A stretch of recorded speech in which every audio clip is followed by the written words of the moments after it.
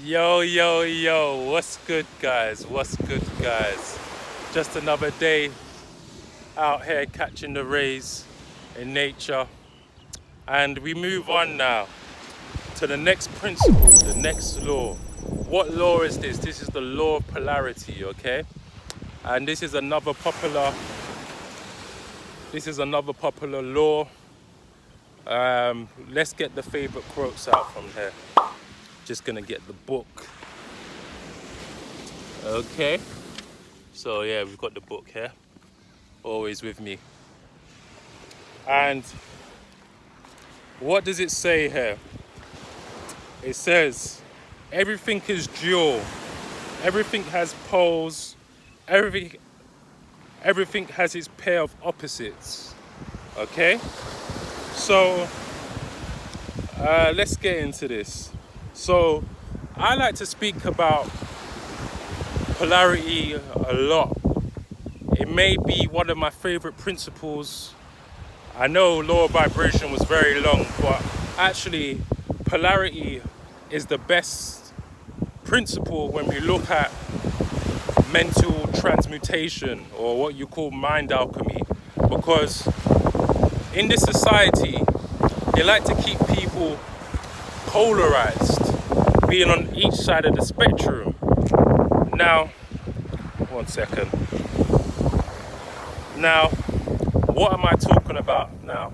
So, in the law of vibration, I spoke about how the powers that be, the people that be, they do things to keep you on either side of the pole. If it's not being angry and pissed off, if it's not being in fear, instead of feeling courage, they do these things to keep you on either side of the pole. And as we spoke about in the law of vibration, we have emotional signatures which have polar opposites. So instead of feeling fear, you can feel courage. Instead of being happy, you can be sad. Instead of being grateful, you could be ungrateful, okay? And so on and so forth. Every subject must have two poles. These laws are immutable. So if we look at temperature, for example, you have hot, you have cold, but that is still under the subject matter of temperature. Now, when we speak about this also, we can also say that these two poles can be transmutated, okay? They can be transmutated. So what do I mean here? Well, if you have cold water, what will you do to make it hot? You boil it, okay? And if you want to make it cold, what do? You put it in the fridge or freezer, okay? Now, this is how you can transmute your energy. You can transmute it from being on either side of the pole to the desired pole which you would want. So we can see it as a magnetic field of being positive and negative again. And again, this was also mentioned in law of vibration, because these laws intertwine together, but they're still different in nature. Because everything in nature, in this physical plane, has two poles, the best thing to do to get to your spiritual self and your mental self is by being depolarized. It's by rising above this plane of polarization, being of your spiritual self, okay? Now, the media, the powers that be, they want you on either side of the spectrums. If it's not Republican or Democrat, which is still underneath the same subject matter of politics, or if it's religion, being on either side of the spectrum for that, or your mood, you know, instead of making you happy, they give you news to make you sad, okay? So this is what these people, these powers that be do. They want you on either side of the spectrum. Now, when you start to look at things from above the plane of the physical, you then be depolarized. So I know there's nothing that the powers that be can do to rattle my emotional signature of happiness and joy. Why? Because I know that what happens on the physical plane corresponds in the spiritual plane. And I'm working from the top down, from the spiritual down to the physical. So it is my interest not to be polarized, because it will correspond in my physical nature. So transmuting energy and using mind alchemy is about knowing that you can change your desired state by using different planes and merging them together. Okay? So this is what it's about. So ultimately, you do not want to be polarized in your emotions. And there's another favorite quote from the KYBALION that always resonated with me from the get-go, and that is, everything is and isn't at the same time. And this is knowing that there's a gray area to life. There's a divine paradox to life. Something could be true, but it could be true to someone personally because that's their reality. So when people give opinions, the first law is law of mentalism, right? So if something's true to somebody based on their reality, I will not be angry or vexed or feel some type of way if that's their truth, even though it may not be my truth, because I understand that everything is and isn't at the same time. All truths are but half truths as well. This is another quote from here. All truths are but half truths. So there's always two sides to the story, three sides. Okay? So this can be seen in court where somebody has one side of the story, where I've been on jury service before, and I heard one side of a story. I thought, boom, this person, yeah, he's guilty. Then I heard his side of the story, and then it brought a different perspective to it, and I was like, whoa. And if I was just judging someone based on that first day of the jury, then boy, he would have been convicted from the get-go. So understanding that all truths are but half-truths. Everything in life is somewhere in the middle. There's a gray area to life, okay? Just how we have black or white. You merge it together, you have a gray area. That is how you want to see life. Because once you see life as everything is half-truths, then you're not polarized by somebody else's emotions and feelings and thoughts and vibrations. You understand that, boom, that's their perspective. That doesn't mean it's my perspective, okay? So this is a great way to see life, and this is a great way to transmute your energy so you're not shackled to this physical plane.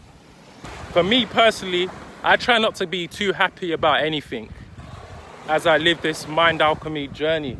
I try not to be too happy about anything. I try not to be too sad about anything, because I understand that for every emotion you feel, it has a polar opposite.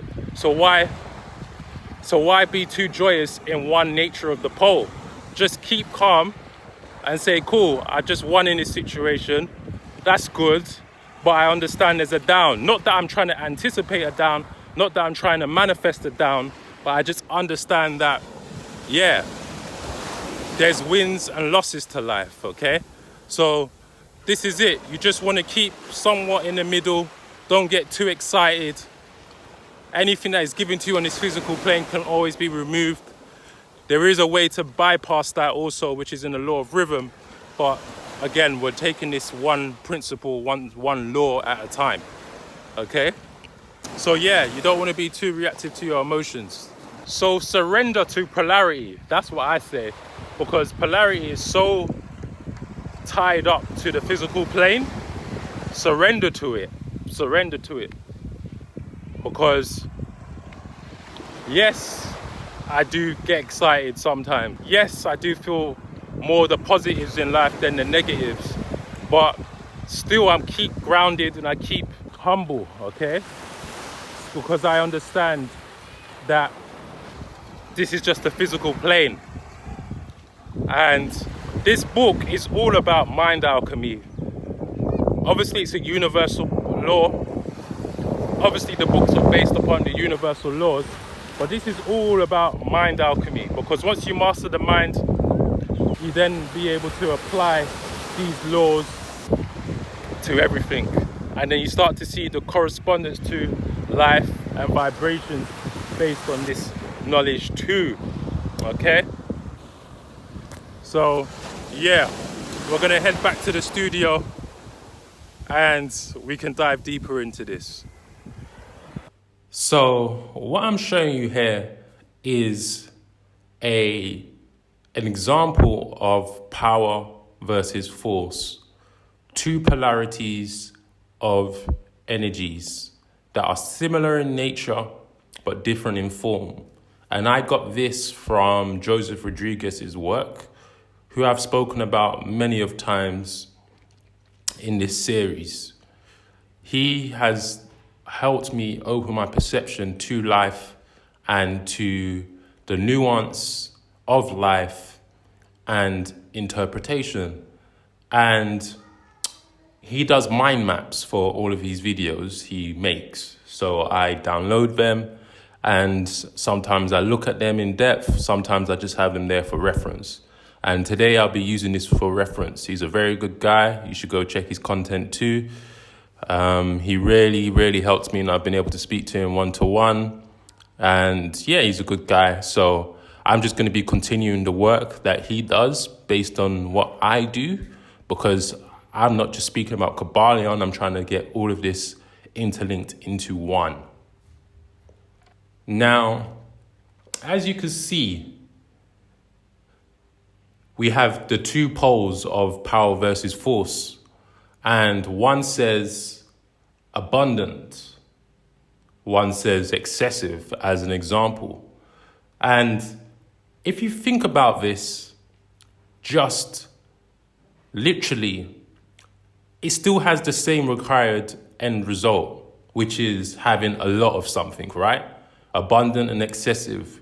You're still going to have a lot of something. So if we're talking about money, for example, well, somebody could say, well, I made my $1 million. I don't care.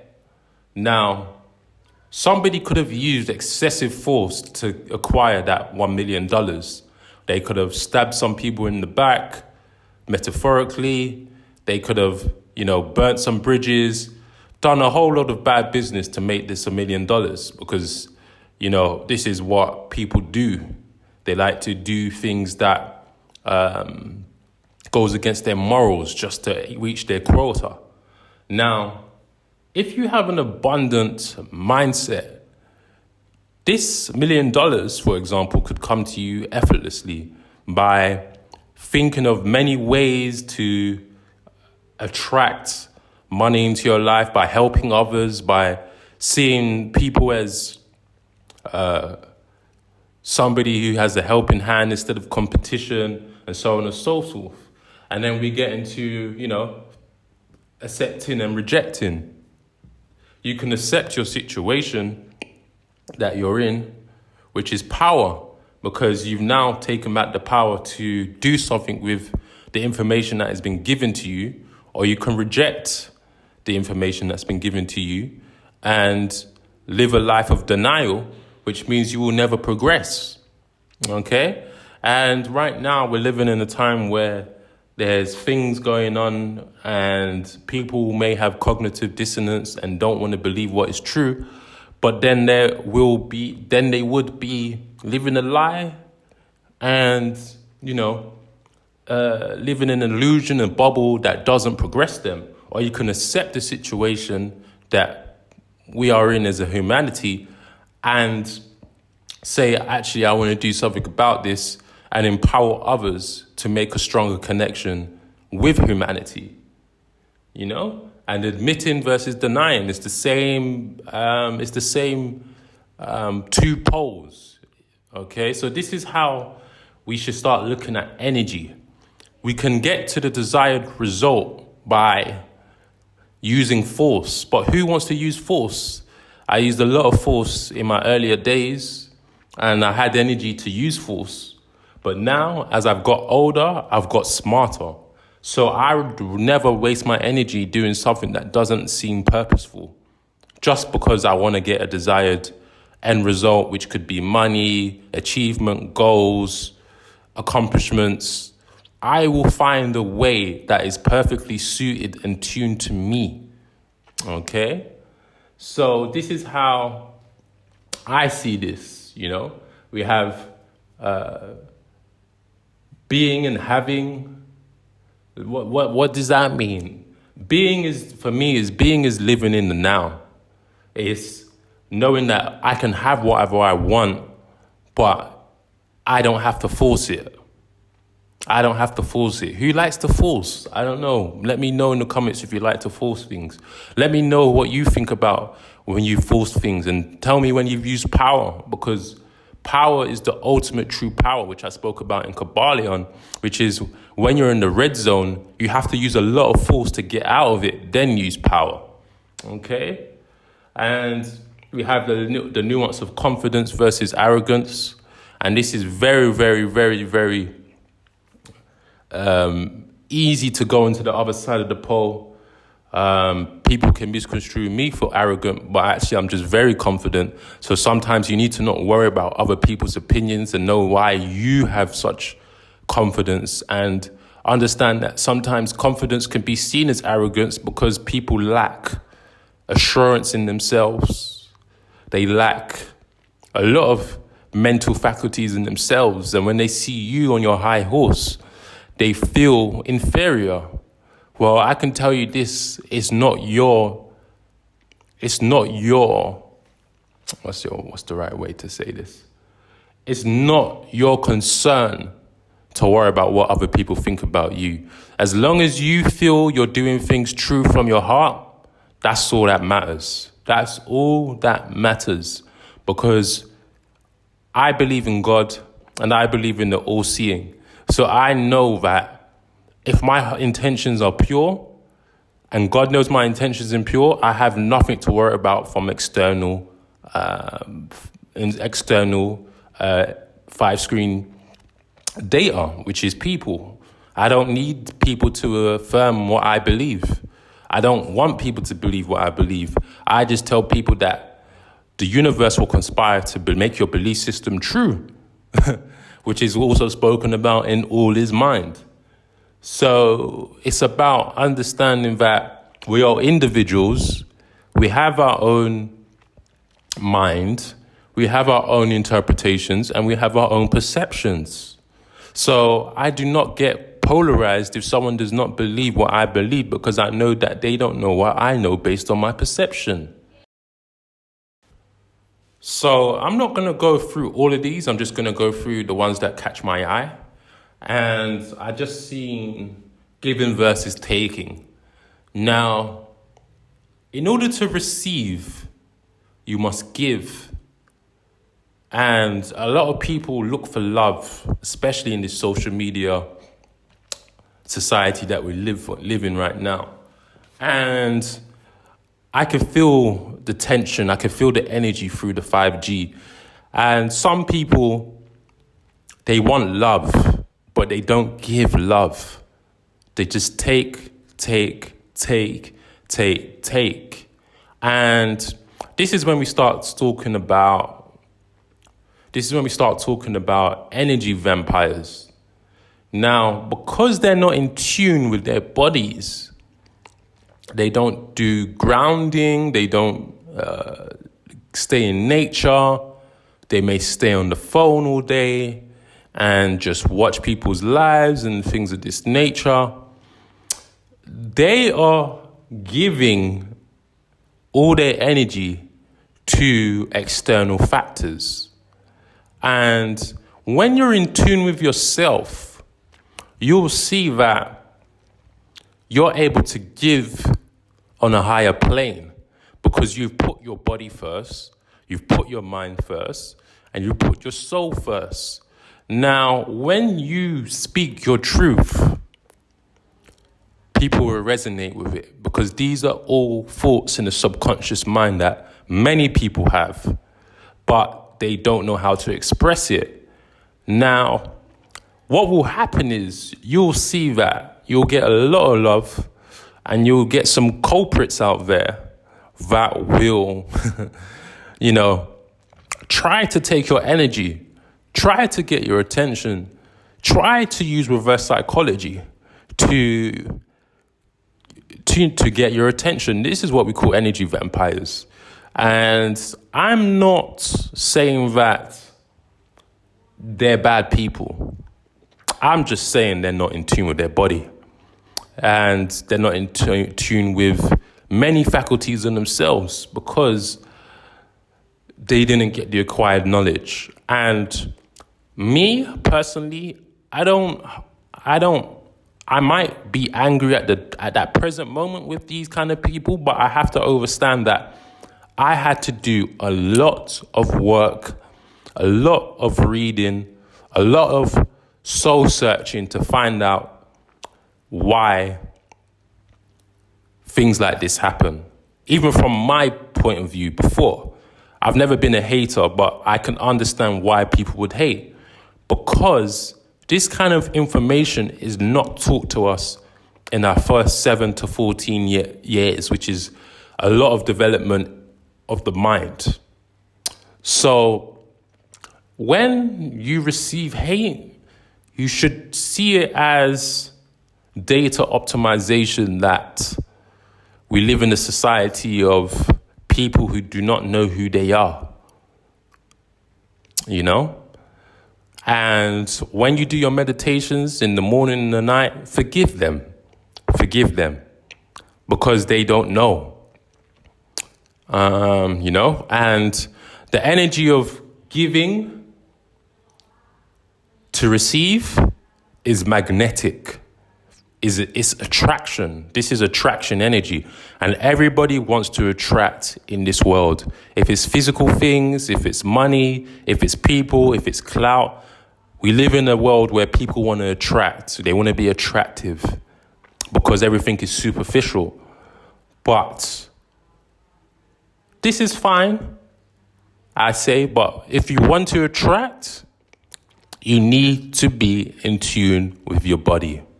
You have to be. Now, let's talk about flexible versus rigid. Again, we live in a society now where a lot of schedules, a lot of previous jobs are being disbanded. Industries are falling. We're now building a new world. And what we need to be is flexible. We need to be able to use some of the skills we have. You can use Ikigai, which is the best way to find out your true purpose, which is finding out what the world needs, what you can require, and that you can get paid for. And this will allow you to, be flexible. I make music, but I knew that I had many faculties about me that I could monetize. But I had to do an Ikigai maybe 3-4 years ago and say, what can I do that I love to do and I'll do for free? And that was music, make beats. But I already knew I had many other things that I wanted to do. But I had to build that foundation, that block of doing something I love first, then work my way up. So being flexible is being able to adapt to the current times of events. And luckily we have social media, YouTube, and all these things to work from home, which I do. And it's a blessing. So what I want people to understand is if you find out what you love to do, I speak to many people and they say they don't know what they love to do. They need to dive deeper in that subconscious mind, and I can help people with consultations to find out what do you truly love and can be monetized. When video gamers were making content streaming their games, I do not think not one of them thought I could be a millionaire off of this content. Now, the streaming industry with Twitch and gaming is one of the fastest growing industries out there and the most paid, so this is it. Sometimes just follow your passion and you'll see that everything will attract to you, because people that watch you will see your love and desire into what you do, and it will attract fans. Now, being rigid has its benefits, because you're able to build blocks and continue to make progressions, even if it's slow. But also being rigid can also make you stagnant. It can make you plateau, because you're basing things on the fundamental premises that it needs to be this way or that way. And if it's not this way or that way, then I can't do it. Now, let's talk mentally. Being rigid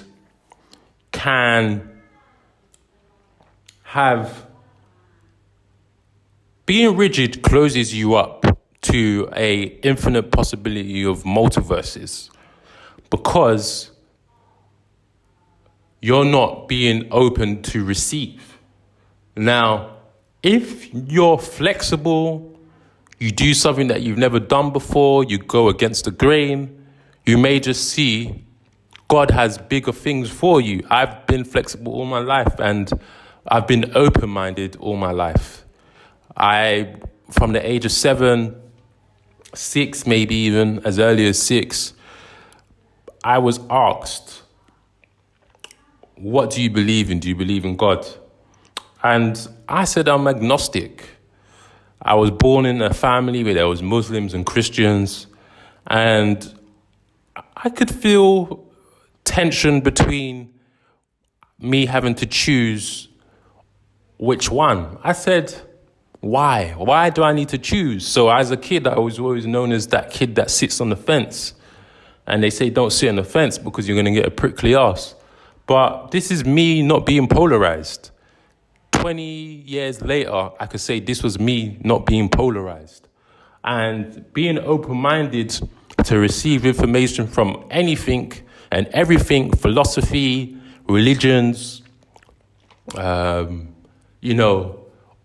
all these great things you can get wisdom for has allowed me to be abundant in my mindset. And this now reflects in business. I won't just see somebody say, oh, they got 200 followers, they don't have any value. I'll still speak to this person. And people are always surprised that I'll get back to them. At this current moment, I can get back to people because it's manageable. But I'm not this kind of person that's just going to shut you down because you don't have enough clout and I'm trying to be on my high horse. If I did that, I wouldn't even be able to be making the videos I'm here doing now today, because I've seen that there's value in one person. One person can open the door to infinite possibilities. By me speaking to one person, they say, hey, I see you do music, but I really like the stuff you talk about spiritually. Can you do a name reading for me? This is how it works. And then that's just opened a new pathway to acquire money. Then they say, hey, can you do this mix and master for me? And some of my friends want some too. Now that's just opened a new pathway to newer people that I can network with to make money. And this is because I have an open mind and I have an abundant mindset. So this is the difference between being flexible and being rigid. Me personally, I know my purpose. I know that I'm here to be of service. And I want to give people the best service possible by knowing how does it feel to be a customer. I know how it feels to be a customer, and I know how I like to be treated. So I make sure that I treat people the same way, So this is how you can start to look at things. Start to look at things in a way that, how do I want to be treated? And then express this out to the same people, and you get the same energy back again, and again. And I'll finish it up with this. What's the last one I'm going to speak about? Requesting and demanding. This is the one I'm going to finish it on. Requesting, for example, would be saying that you have a service to provide. And, some people have shown interest. And a lot of people usually show interest, but you may have difficulties closing the sale or the deal or service you're going to be giving or providing. Now, one could be so eager to close the deal and bombard the person with multiple messages and all these kind of things, which shows desperation and demand. This will put off the potential customer or client, and they will feel like, ugh, I don't want to work with this person, So I usually give people 2 prompts at most. And if they don't follow up after that, I just allow things to grow. And what happens is our minds thinks everything is about them. I've had people that said to me they've gone through some personal issues during this time and they had to wait to get back to me, And some people even, especially with the times we're living in now, have been through medical issues, or their family's been through serious medical issues and things of this nature. So you do not know what people are going through. Do not let your mind trick you to believe that everything is about you. And, trust me, over time, the people that want your services will come. And as long as you're planting a seed, a positive seed, you will see that there's new doors, there's new pathways to life. Okay? So this is what I've now concluded. This is all I have to say for this law of polarity. The first section was very general, and now this one is more related to relationships with people and yourself. And I think this is where we need to be going. Firstly, we need to be doing the internal work to have a better experience with other people. Okay? If you've liked this video, please like, please share. And if this is the first time you've come across my content, please subscribe. I appreciate all the people that are tapped into what I do. And I know this video took a while. It's 4 months since my last video. I had to go through some stuff internally myself to make myself better attuned for YouTube, because I was doing too much. And I needed to get my headspace correct and understand how I'm going to calibrate this so I'm not polarized too. So yeah. Anyway, no sub-stories here. We just get on with what we got to do. If you like this, you know what to do. And I also have new services provided on my website, Subconscious Training. And I also have name readings available and natal chart readings for people that are trying to find themselves. Okay, thank you. Peace.